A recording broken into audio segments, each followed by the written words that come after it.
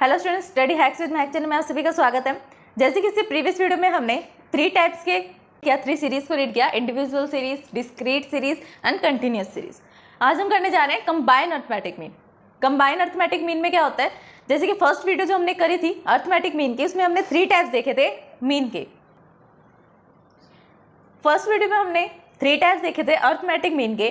First type था simple, second था combine arithmetic mean and third था वेटेज मीन। आज हम करने जा रहे हैं combine arithmetic mean. Combine arithmetic mean के पीछे कॉन्सेप्ट क्या है वो देखते हैं। सबसे पहले एग्जांपल की हेल्प से सपोज करो कि ये जो पूरा एरिया है इसका मुझे मीन निकालना है। मीन निकालने के लिए मैंने क्या किया, इस पूरे का मीन को हाफ हाफ में डिवाइड कर दिया, बीच में से मिड वैल्यू निकाल के डिवाइड कर दिया। अब जो ऊपर वाला है इसको मैंने मान लिया x बार 1, x1 बार, इसका मीन अलग दे दिया। सेकेंड वाले पोर्शन का मीन मैंने अलग दे दिया। सेकंड वाले पोर्शन का अलग है और फर्स्ट का अलग है। जब फर्स्ट को और सेकंड को हम कंबाइन कर देंगे, जोड़ देंगे, तो हमें क्या मिल जाएगा, पूरे का मीन मिल जाएगा। तो उसके लिए फॉर्मूला क्या है हमारे पास, x का bar is equals to n1 x1 का बार प्लस n2 x2 का बार डिवाइड बाय में n1 प्लस n2, ये फॉर्मूला है। अब x1 का बार x2 का बार। हमारे चैनल स्टडी हैक विद महक को लाइक, ज़्यादा से ज़्यादा शेयर एंड सब्सक्राइब करें। अगर आपने सब्सक्राइब कर दिया है तो बाकी सभी डिवाइसेस से भी सब्सक्राइब करा सकते हैं, क्योंकि सब्सक्राइबर्स बहुत ज़रूरी हैं। देन कमेंट करें। तो आपको पता है क्या है फर्स्ट पोर्शन का और सेकंड पोर्शन का मीन, लेकिन n क्या है यहाँ पर, n1 n2 क्या है, यानी कि जो फर्स्ट पोर्शन है इसका मीन तो है x1 का बार, लेकिन कितने लोग हैं इसके अंदर, कितने ऐसी थिंग्स है या कितने पर्सन्स हैं जिनका मीन हम निकाल रहे हैं, 10 हैं, 20 है, 30 है, कितने हैं, वो होता है नंबर ऑफ एलिमेंट्स कितने हैं। तो n1 इसके लिए, n1 बार के लिए, n2 किसके लिए, x2 बार के लिए। नीचे क्या करा हमने, n1 प्लस n2 को ऐड कर दिया, तो n क्या है यहाँ पर, नंबर ऑफ एलिमेंट्स। अब कंबाइन अर्थमेटिक मीन को समझने के लिए हम एक और एग्जाम्पल लेते हैं।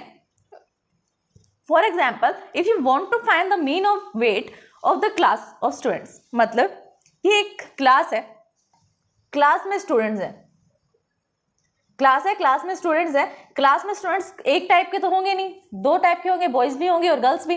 तो उसने क्या कहा कि उस क्लास में जितने भी स्टूडेंट्स हैं उन सबका वेट निकालना है कि कितना वेट है स्टूडेंट्स का। तो बॉयज का वेट हम अलग निकाल रहे हैं, गर्ल्स का वेट हम अलग निकाल रहे हैं। जब बॉयज का और गर्ल्स का वेट हमें मिल जाएगा तो हम क्या करेंगे, उनके वेट को दिया होगा उसका मीन लेंगे। बॉयज का मीन हमने ले लिया 1 x1 का बार और गर्ल्स का ले लिया x2 का बार। तो जब हमें x1 का बार और x2 के बार को ऐड करेंगे तो हमें क्या मिल जाएगा, पूरी क्लास का जितने भी स्टूडेंट्स हो गए उन सब का मीन मिल जाएगा, वेटेज का मीन मिल जाएगा। तो एक एग्जाम्पल से समझते हैं इसको हम प्रैक्टिकल करके कि कैसे वर्किंग होती है, कैसे फॉर्मूला अप्लाई करते हैं और क्या कॉन्सेप्ट है।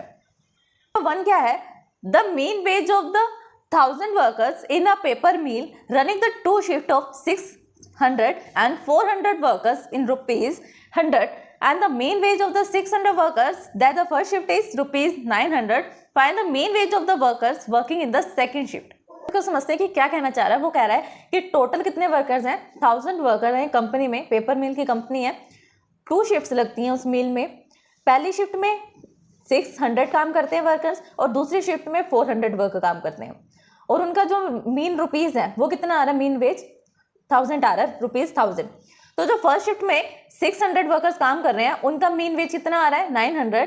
जो सेकंड शिफ्ट में 400 वर्कर्स काम कर रहे हैं उनका हमें मीन वेज फाइंड आउट करना है, कितना होगा। डायग्राम देखते हैं इसका। टोटल वर्कर्स कितने हैं, 1000 को हमने क्या कर दिया, डिस्ट्रीब्यूट कर दिया 2 पार्ट्स में, 2 शिफ्ट में। 600 फर्स्ट शिफ्ट में काम कर रहे हैं और 400 सेकंड शिफ्ट में काम कर रहे हैं। तो जो 600 400 क्या है, नंबर ऑफ एलिमेंट्स है, नंबर ऑफ पर्सन्स है, नंबर ऑफ थिंग्स है।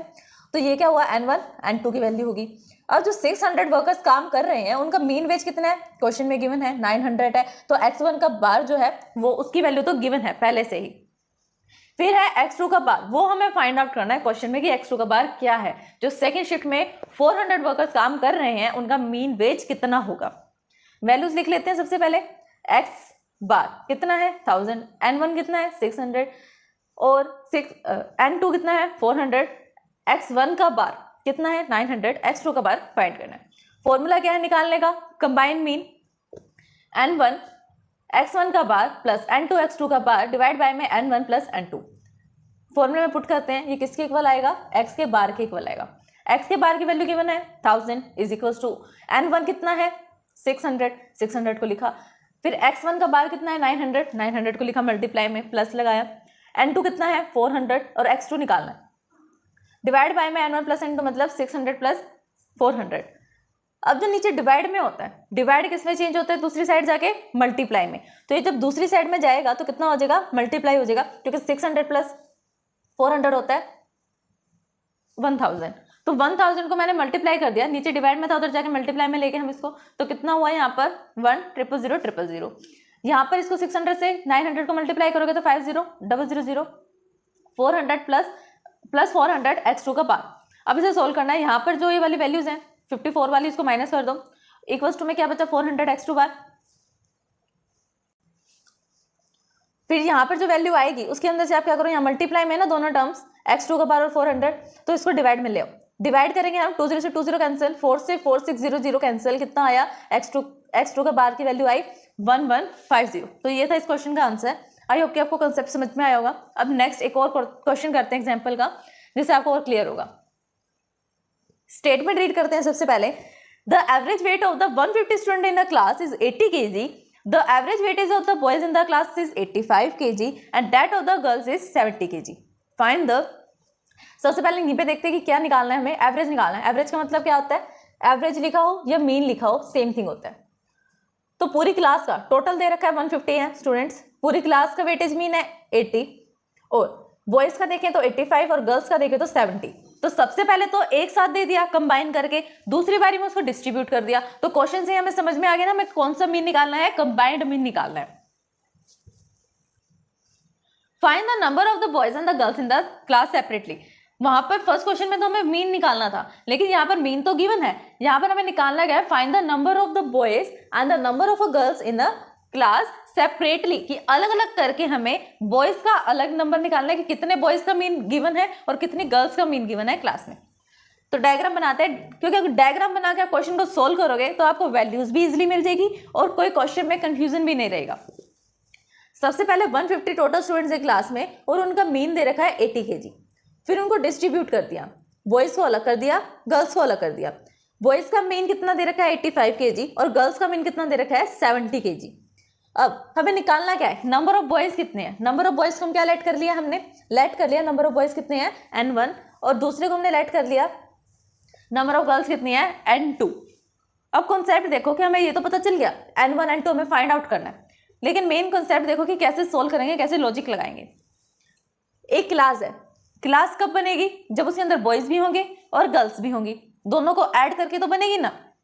अगर लेट कर लो कि आपके पास पूरी क्लास का मीन दे रखा है और एक वैल्यू दे रखी है आपको, या तो वो बॉयज की वैल्यू है या गर्ल्स की वैल्यू है, तो आप क्या कर सकते हो, टोटल में से अगर आप गर्ल्स की वैल्यू को माइनस कर दोगे तो बॉयज की वैल्यू आ जाएगी, और टोटल में से बॉयज की वैल्यू को माइनस करोगे तो गर्ल्स की वैल्यू आ जाएगी। यहाँ पर हम दो वेरिएबल को एक साथ सोल्व नहीं कर सकते, इसलिए हमें एक वेरिएबल के अंदर कन्वर्ट करना पड़ेगा उन्हें। तो हमने क्या करा, n1 के अंदर कन्वर्ट कर दिया n2 को भी। कैसे करा, हमने लिख दिया कि अगर हम टोटल में से बॉयज की वैल्यूज को माइनस कर देंगे तो गर्ल्स की वैल्यू आ जाएगी, तो हम बॉयज की वैल्यू निकाल लेंगे, बॉयज की वैल्यू निकाल के गर्ल्स वाली वैल्यू में पुट कर देंगे तो वो भी आंसर निकल जाएगा। वैल्यूज देखते हैं अब कैसे पुट करना है। एक्स का बार कितना है 150, x1 का बार 85, x2 70, n1 n2 आपने निकालने हैं, लेकिन n2 की जगह n1 की जगह तो आप n1 ही यूज करोगे, n2 की जगह आप क्या यूज करोगे, total minus n1 is equals to n2। Formula देखते हैं, x का bar is equals to n1 x1 का बार प्लस n2 x2 का बार डिवाइड बाय में n1 plus n2। Value put करते हैं, x का बार कितना है 80 kg था, तो 80 इज इक्वल्स टू n1, 1 का बार कितना है 85 प्लस, अब n2 जहां पर हमने लिखा था n2 की जगह हमने क्या लॉजिक लगा दिया, टोटल माइनस n1, टोटल कितना है 150, तो 150 माइनस n1 लिखा और मल्टीप्लाई में 70 कर दिया जो x2 की वैल्यू थी, n1 plus 150 minus n1, plus minus minus cancel हो गए। 80 यहाँ पर 150 क्या है डिवाइड में है, तो उधर जाके कितना हो जाएगा, ये मल्टीप्लाई में मल्टीप्लाई कर दिया। अब यहाँ पर क्या बचा, जो सेम वेरिएबल की वैल्यूज होती हैं उनको हम ऐड भी कर सकते हैं और माइनस भी कर सकते हैं। अब 85 n1 है और माइनस 70 n1 है, n1 सेम कास्ट माइनस हो सकता है, तो हमने माइनस कर दिया 15 n1 प्लस यहाँ पर 10500 है, इसको इधर लेके आएंगे क्योंकि ये भी सिंगल टर्म है और ये भी सिंगल टर्म है, और राइट साइड में हमारे पास क्या बच गया 15 n1। अब 12,000 में से जब माइनस करके 1050 को माइनस करें तो क्या आ रहा है 1500, मतलब 1500 आ रहा है। डिवाइड बाय में 15 है, 15 को 1500 से डिवाइड करोगे तो कितनी आएगी n की वैल्यू, n की वैल्यू आ जाएगी 100। हमारे चैनल स्टडी हैक विद महक को लाइक, ज़्यादा से ज़्यादा शेयर एंड सब्सक्राइब करें। अगर आपने सब्सक्राइब कर दिया है तो बाकी सभी डिवाइसेस से भी सब्सक्राइब करा सकते हैं, क्योंकि सब्सक्राइबर्स बहुत ज़रूरी हैं। देन कमेंट करें। अब n की वैल्यू हमें कितनी मिल गई, n की वैल्यू मिल गई 100, तो हमें गर्ल्स की वैल्यू भी निकालनी पड़ेगी, क्योंकि n1 तो क्या है सिर्फ बॉयज़ की वैल्यू है। n2 भी निकालना है, कैसे निकालेंगे, सेम जो हमने वैल्यू निकाल के रखी थी, टोटल माइनस n1 किसके इक्वल होता है n2 के, मतलब टोटल माइनस बॉयज़ किसके इक्वल है गर्ल्स के। 150 टोटल की वैल्यू है, माइनस 100 हमने निकाल ली n1 की वैल्यू, इज इक्वल्स टू कितना हो गया n2। 150 में से 100 माइनस करोगे तो कितना आ गया 50। तो अब n की वैल्यू तो आ गई 100 और n2 की वैल्यू कितनी आ गई 50। तो ये था हमारा आंसर। अगर इस वीडियो को समझने में आपको कोई भी परेशानी आती है देन आप हमें कमेंट कर सकते हैं। Thanks for watching my video.